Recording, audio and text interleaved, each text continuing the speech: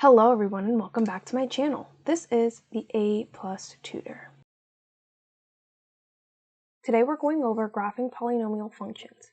We're going to graph polynomial functions using degree, end behavior, and the zeros of the function. Polynomial function typically looks something like this. F of x equals x to the fourth minus x to the third minus 18x squared plus 16x plus 32. And the graph of a polynomial function will look something like this. So in this graph we see a few things. This is what our polynomial graphs look like. They have multiple loops in them. They're not straight lines. We never have any line going across like we do in our linear functions. They're going to have a bit of a curve in them. In order to graph, we need to use the end behavior of our polynomial. And there are three things that we want to look at when we are finding our end behavior. So those three things are the degree of our polynomial. This tells you how many zeros the function will have, which sometimes is your x-intercepts. Not always, but in this case we're going to look at primarily those x-intercepts. So here, if we look at this polynomial, our highest degree is 4. So if we have a degree of 4, we should have approximately 4 x-intercepts, and we do. The next thing we want to look at is the leading coefficient. This tells us whether our function is positive or negative, and it also kind of tells us how much our function stretches or shrinks if we think about our parent function. So in this case, our leading coefficient, there's nothing there, so there's an imaginary 1, which means from our parent function, we're not going to have any stretch or shrink. We're just going to use our zeros and any shifts right or left and up and down that we would have.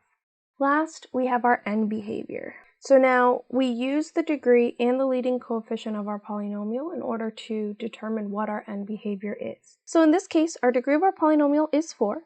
And our leading coefficient is 1. Specifically, it's positive. Since we have an even function, our endpoints will go in the same direction. And in this case, our function is even, so they're both going to go up. Since we're positive and even, our endpoints are going to go in the same direction.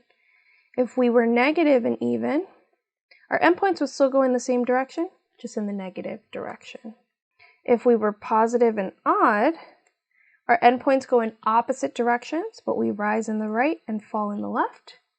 And if we were negative and odd, we do the opposite. We rise in the left and fall in the right. So this is how we can start to estimate our graphs. And being able to identify these three things is really important to graph your polynomial function. Let's look at some examples of identifying our degree. Let's take some examples of identifying our leading coefficient, degree, end behavior, and we'll also identify our y-intercept of our polynomials. So first we have f of x equals 5x to the third minus 7x squared plus 2x plus 1. Let's start with our degree. For our degree, we want to find our variable with the largest exponent and then identify what that exponent is. In this case, it's 3. Next, we have our leading coefficient. Our leading coefficient is the coefficient tied to our leading term or that number attached to our variable with the largest exponent. In this case, our leading coefficient is 5 and doesn't say it there, so we know it's a positive 5, not negative, which is important for the next item, our end behavior. So the end behavior uses our leading coefficient and our degree of our polynomial to understand what the end behavior should be. Our degree is 3, which means we have an odd function. Even functions just mean our exponent on our largest term is an even number, where odd functions mean the exponent on the largest term is an odd number. And our leading coefficient is positive, so our end behavior will look something like this. We'll rise in the right and fall in the left. Last, let's look at our y-intercept. The y-intercept is also really important for graphing our functions because with our y-intercept we have one more point that we can plot on this graph. Our y-intercept is going to be when x equals 0, right? It's 0 comma some value. So if we were to plug 0 into our function, we would get 5 times 0 to the third minus 7 times 0 squared plus 2 times 0 plus 1. All of these terms with 0 being multiplied will become 0, which means we're only left with this plus 1. So typically whenever we are finding our y-intercept, it's usually just our constant term or that last number at the end that does not have any variables tied to it. So we know that in this case, our y-intercept is 0, 1, because 1 is our last term, and that, as we just proved, becomes our y-intercept. Let's look at another one. Next we have f of x equals x to the third minus 9x squared plus 2x minus 6. Again, we're going to identify our degree, leading coefficient, and behavior, and that y-intercept. So the degree is, our highest exponent is 3, which means our degree is 3. We don't have a number in front of our x to the third term, which means our leading coefficient is 1, and it is a positive 1 because we don't have any negative sign in front of it, which means it is positive. And so our end behavior will use our degree, which means this is an odd function, and a positive coefficient. So we will rise to the right and fall to the left. Last, we have our y-intercept. Our constant term, or that last term in our function, is -6, which means our y-intercept is 0, -6. And we can confirm this if we plug in 0 for all of our x values. All we're left with is -6. Let's take another example. We have f of x equals -7x to the fourth plus 3x to the third plus 12x squared plus 2x minus 1. Let's do the same thing here, starting with our degree. Our degree is the largest exponent we have here, which is 4. So our degree of our polynomial is 4. Our leading coefficient is the number attached to our variable with the largest degree. In this case, it's -7, and we're including that negative. So now we can find our end behavior, which in this case, our degree is 4, so we have an even function, and our leading coefficient is negative. This means our end behavior will look something like this. Even means we go in the same direction on both sides of our y-axis, and since it's negative, we're on the lower half of our x-axis. We're going negative both to the right and to the left. Last, we have our y-intercept. Again, this is just that last term, or that number with no variable in our function. In this case, it is -1, so our y-intercept is 0, -1. Let's take one more example. F of x equals 8x to the third plus 4x squared plus 3x to the fourth minus 9x. In this case, our function is not in order with our large exponent up front. So you always want to make sure that you rewrite your polynomials with that largest exponent at the beginning and then decreasing in value. That way you're able to identify these different things. And just because that's pretty much the standard way that we write these polynomials, they're easier to factor, identify different features and things like that. So we want to make sure that we rewrite this in the order of largest exponent to smallest, or to our constant term. In this case, our leading term is this 3x to the fourth. So we'll rewrite this as f of x equals 3x to the fourth, then we'll bring our 8x to the third, then 4x squared, and then minus 9x. And now this is in order from largest exponent to smallest. And now we can do our same process. Our degree is that x to the fourth, as we just talked about, so it's degree 4. The leading coefficient is attached to our leading term, which is 3. So in this case, it's 3, and we know it's positive. So that'll lead to our end behavior. This is an even function, and we have a positive leading coefficient. Our graph is going to be going in the same direction, and in this case, they're both going to be rising to the right and to the left. Last, we have our y-intercept. There's no number over here at the end that does not have an exponent attached to it, so that means there's an imaginary plus 0 at the end. So our y-intercept is just 0, and the point is 0, 0. Now let's go over actually graphing these polynomial functions. So when we graph polynomial functions, we're looking for our degree, leading coefficient, end behavior, and y-intercept, just like we did in our first few examples.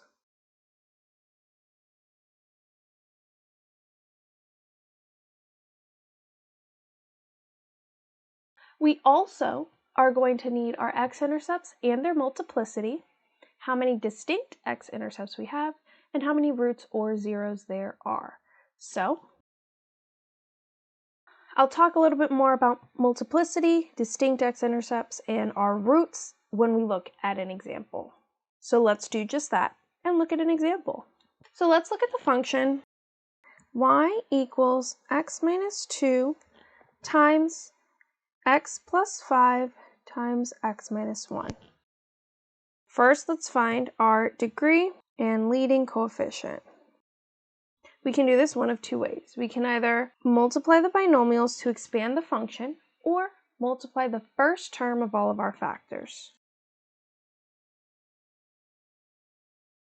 So let's look at both of these.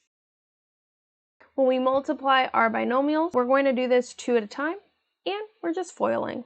Let's look at our first two binomials. We'll do first, outside, inside, last. That gives us x squared plus 5x minus 2x minus 10. When we simplify that and combine our like terms, we get x squared plus 3x minus 10. We'll bring down our other binomial, which is x minus 1, and then just distribute all of our terms. So our x squared goes to x and to negative 1, our 3x goes to x and negative 1, and our negative 10 goes to x and negative 1. So this becomes x to the third minus x squared plus 3x squared minus 3x minus 10x plus 10. Again, we want to combine like terms, and this leaves us with x to the third plus 2x squared minus 13x plus 10. So this means our leading term is x to the third. The degree is 3, and the leading coefficient is positive 1.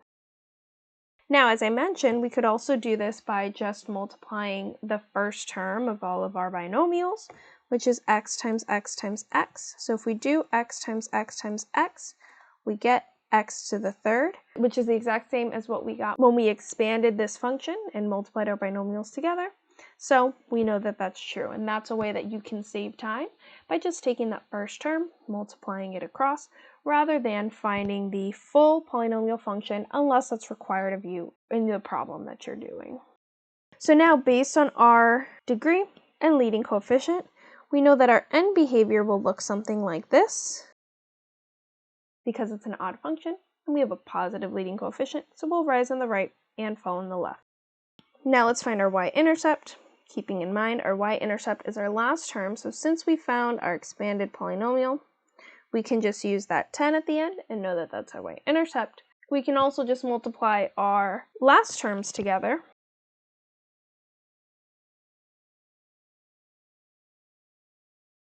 So that means we would do negative 2 times positive 5 times negative 1, which is equal to positive 10, which is what we just saw over here.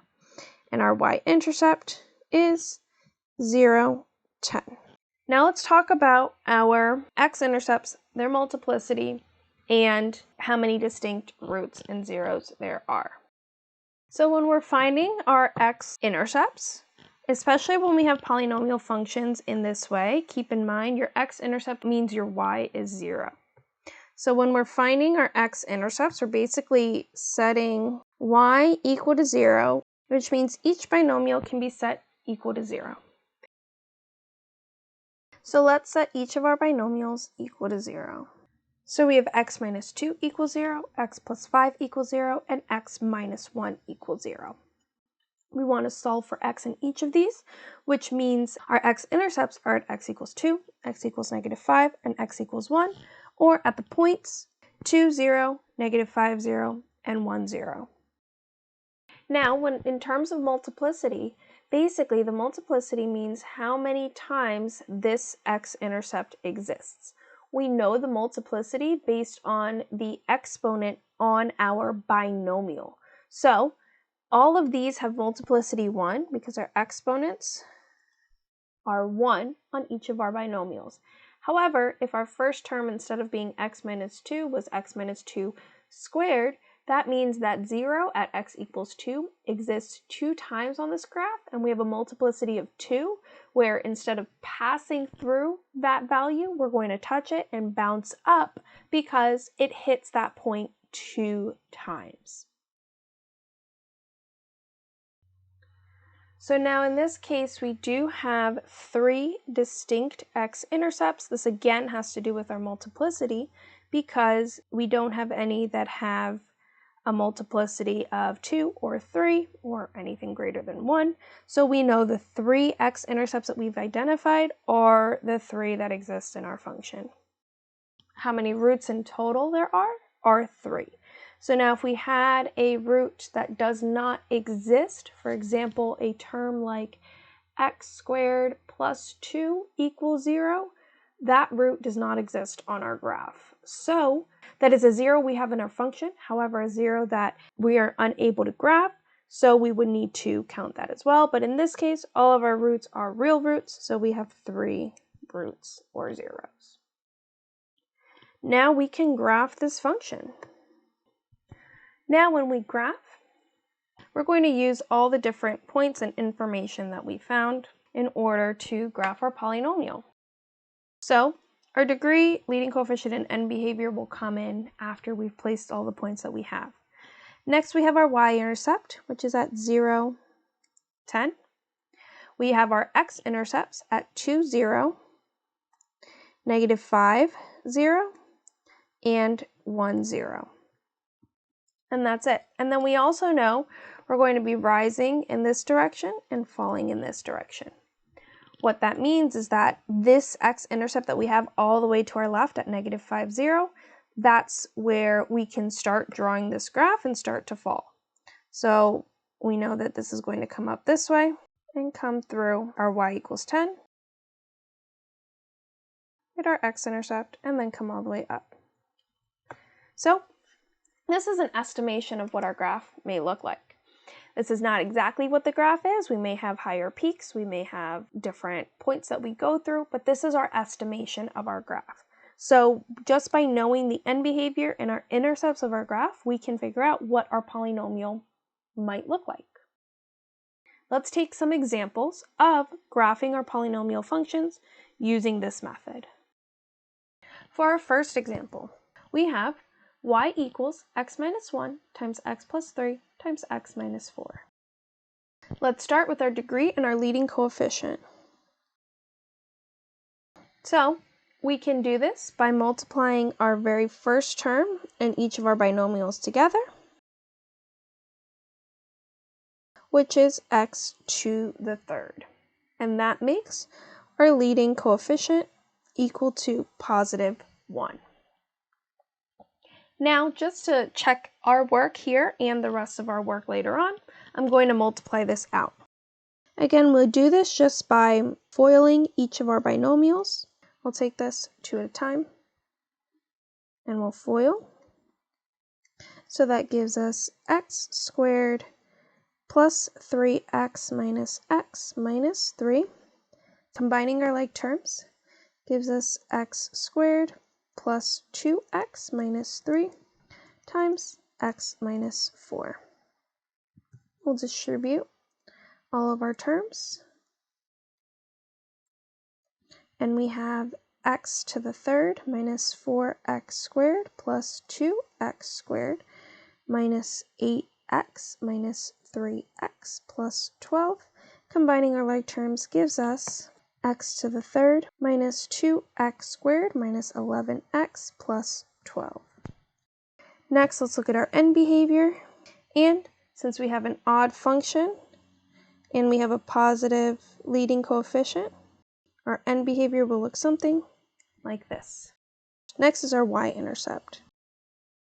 Our y-intercept is that last term, so if we just multiply our last terms together, which is -1 times 3 times -4, we would get positive 12, which means our y-intercept is 0, 12. With our y-intercept looking at our expanded function, we know that this is correct. Last, we have our x-intercepts and multiplicities. So we have x minus 1 equals 0, x plus 3 equals 0, and x minus 4 equals 0. So this means we have x equals 1, x equals -3, and x equals 4, all with multiplicity equaling 1. Now let's sketch this graph. All right, so let's place all of these points. We have our y-intercept at 0, 12, and x-intercepts at 1, -3, and positive 4. Since this is an odd function, we are falling in the left, rising in the right. So we'll start in our quadrant 3, and we'll rise, and our y-intercept come down, x, and back up.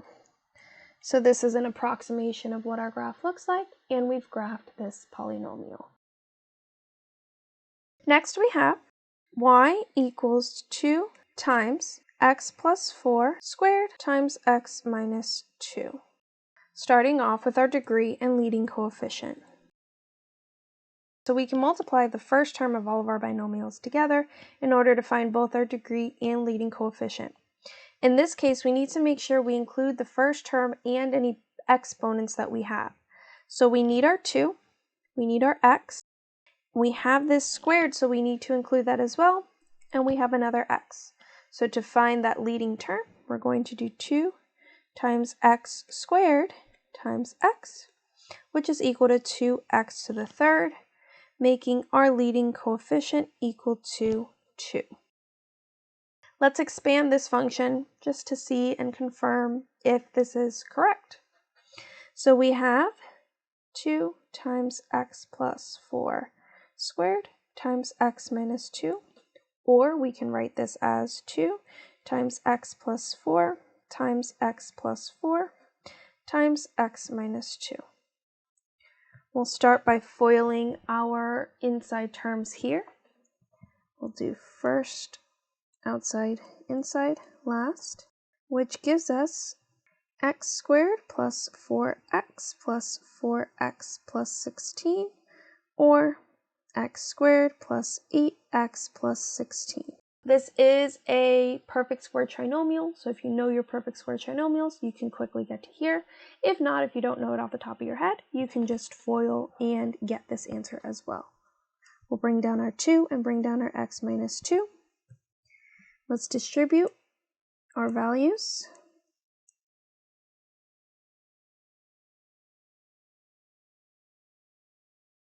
So we have x to the third minus 2x squared plus 8x squared minus 16x plus 16x minus 32.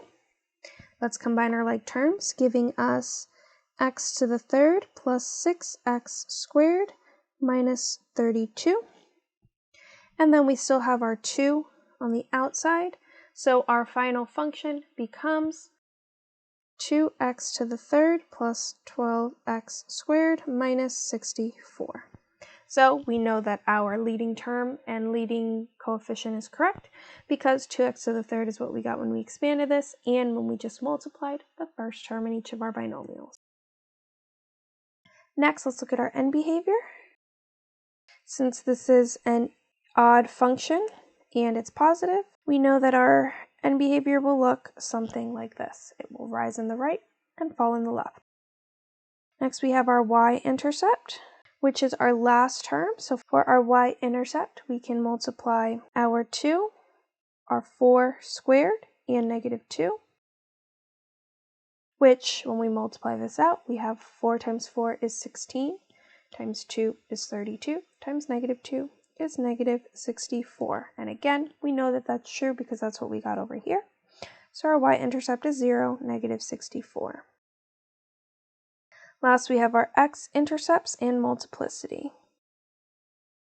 So we have x plus 4 squared equals 0, and x minus 2 equals 0, which means x equals -4, x equals 2. Even though that binomial is squared, it does not change that we set it equal to 0 and solve for x. That process stays the same. The difference is the multiplicity, which in our case here, our -4 has multiplicity 2, and x equals 2 has multiplicity 1. So again, we know this by looking at the degree of that binomial term. Because our x plus 4 has degree 2, our multiplicity is 2, x minus 2 has degree 1, our multiplicity is 1. Now let's graph. Our y-intercept is at 0, -64.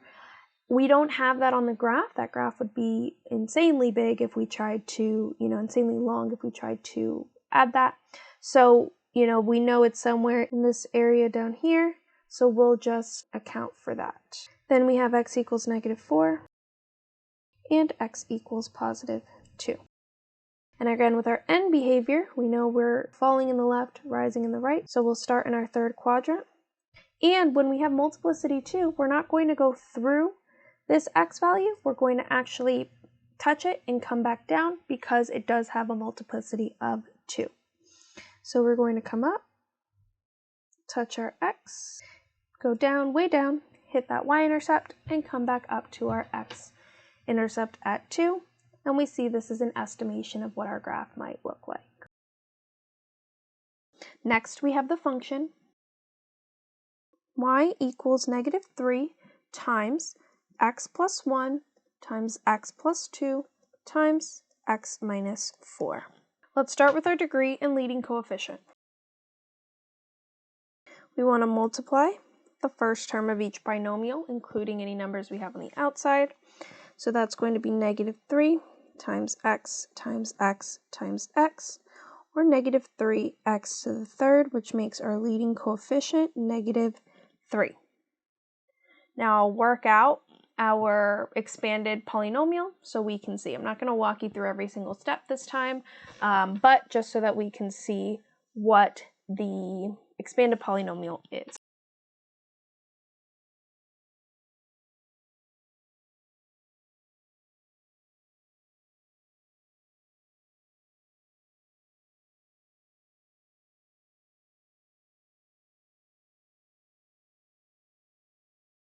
So now that we've expanded this polynomial, we see that our leading term, degree, and leading coefficient are consistent. Next is our end behavior. Since we have an odd function, and this time it's negative, we will rise in the left and fall in the right. For our y-intercept, we look at our last term in our binomials and our leading coefficient. So that's going to be -3 times 1 times 2 times -4, which is equal to +24, which is exactly what we saw when we expanded our polynomial, or the point 0, 24. And last, we have our x-intercept and multiplicities. So we have x plus 1 equals 0, x plus 2 equals 0, and x minus 4 equals 0. So this means x equals -1, x equals -2, and x equals +4, all with multiplicity equaling 1. Now let's graph. Our y-intercept is off of this graph, just like we saw in our last example. It's off the graph, so I'm just going to place a point up here and that'll represent our y-intercept in this case. Then we have our x-intercepts at -1, -2, and +4. So now we'll graph. Since we're rising in the left, falling in the right, we'll start in our second quadrant and come down. So we have a polynomial that looks something like this. It's not perfect. We can see I kind of missed my dots here, my intercepts, but this is an estimation of what our polynomial will look like. Next we have y equals 2 times x plus 4 times x plus 2 times 2 minus x times x minus 1. Now, in this case, what we want to do, we don't want any terms that look like this 2 minus x here. We want everything to start with an x, and we don't want any negatives attached to our variables inside of our binomials. So let's take 2 steps to clean up this function. First, let's rewrite this binomial so that it's got our x in front, which means the rest of our binomial stays the same. This is 2 times x plus 4, x plus 2. Then, for this binomial, we're going to rewrite with our x in front, which means we'll have -x plus 2. We want to keep the signs of our original binomial. Then we end with x minus 1. Now, we can't have a negative, like I just mentioned, we can't have a negative inside our binomial, so we want to pull that negative out, factor that out. So our function becomes -2, we'll bring it all the way to the front, times our binomials, x plus 4, x minus 2. When we factor out that -1, both of our signs inside this binomial change, x minus 2 and x minus 1. And this is our new binomial that we'll be working with. So again, let's start with our degree and leading coefficient. We'll multiply the first term in all of our binomials and that coefficient on the outside. So this is -2 times x times x times x times x, which is -2x to the 4th, and our leading coefficient is -2. Again, I will work this out just so that we can see the expanded function and confirm our findings, but I won't talk through the steps.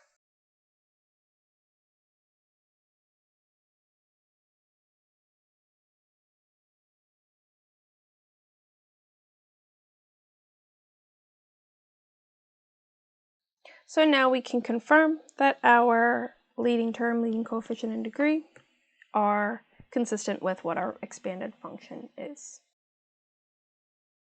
Now let's find our end behavior.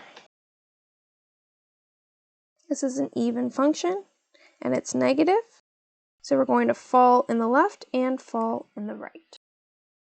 Our y-intercept, so we will multiply our last terms of our binomials, including our number out in front. So we have -2 times +4 times +2 times -2 times -1, which is going to end up being -32, which is exactly what we see in our expanded polynomial.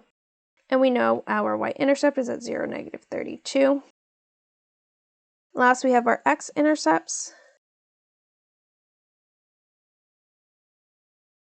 So we have x plus 4 equals 0, x plus 2 equals 0, x minus 2 equals 0, and x minus 1 equals 0, squeezing that in here, which means x equals -4, x equals -2, x equals +2, and x equals 1, all with multiplicity of 1.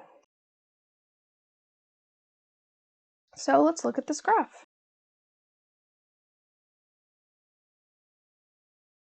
And when we graph, I did extend our bottom out a bit, and we know that we have a y-intercept of -32, so that'll extend off the graph. But since it is a negative even function, the majority of our graph will be in our bottom 2 quadrants. Not really worried about the top part here too much. But let's plot these points. So if you have y-intercept at 0, -32, I'll place that here. Then we have our x-intercept, so at -4, -2, +2, and +1. Now let's graph. We're going to start at the bottom, end in the bottom. We'll come up, pass through our first x-intercept, come down all the way to our y-intercept, come back up to our next x-intercept, and down. So the graph will look something like this. A nicest looking graph, especially when I graph it by hand, but this is an estimation of our polynomial function. And now time for our last example. We have y equals 5x squared times x plus 3 squared. Starting with our degree and leading coefficient. So to find our degree, we'll take our 5, we have our x squared and x squared, keeping that degree on each of our terms. So this is 5 times x squared, which is 5x to the 4th, and our leading coefficient is a positive 5. Let's expand this function to find our full polynomial.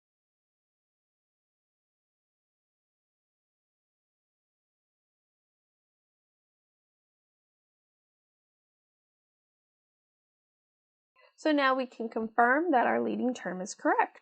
Next we have our end behavior. Since we have an even function and it is positive, we will rise to both the right and the left. Now let's find our y-intercept. For our y-intercept, we would take our last terms in our binomials, multiply those together. So that means our 5. In this binomial, this x squared, that can also be written as x plus 0 squared, which means we need to consider the 0 and the 3 squared. All of those are squared. So that means we have 5 times 0 squared times 3 squared, which is equal to 0, and our y-intercept is at 0, 0. We can confirm this by looking at our expanded polynomial, which does not have a constant term at the end of it. Last, we have our x-intercepts and their multiplicity, which means we have x squared equals 0 and x plus 3 squared equal to 0. So we have x equals 0 and x equals negative 3, both with multiplicity 2. Now let's graph. So let's start with our y-intercept, which is at 0, 0. Then we have two x-intercepts at 0 and at negative 3, both with multiplicity 2. Since we rise in the right and in the left, we're going to start by coming down from the left side. This has multiplicity 2, so we're coming back up and down to hit our next point, which also has multiplicity 2, and coming up this way. So our graph looks like a W. And that's the graph of our polynomial. Thank you so much for watching. I hope you enjoyed and I hope you learned something. If there's any topics you'd like for me to go over, please leave them in the comments below. You can also find me on Facebook and on Instagram at the A+ Tutor. Those are linked in the description below as well. And if you like this video, make sure you give it a thumbs up and make sure you're subscribed so you never miss a new video. See you next time.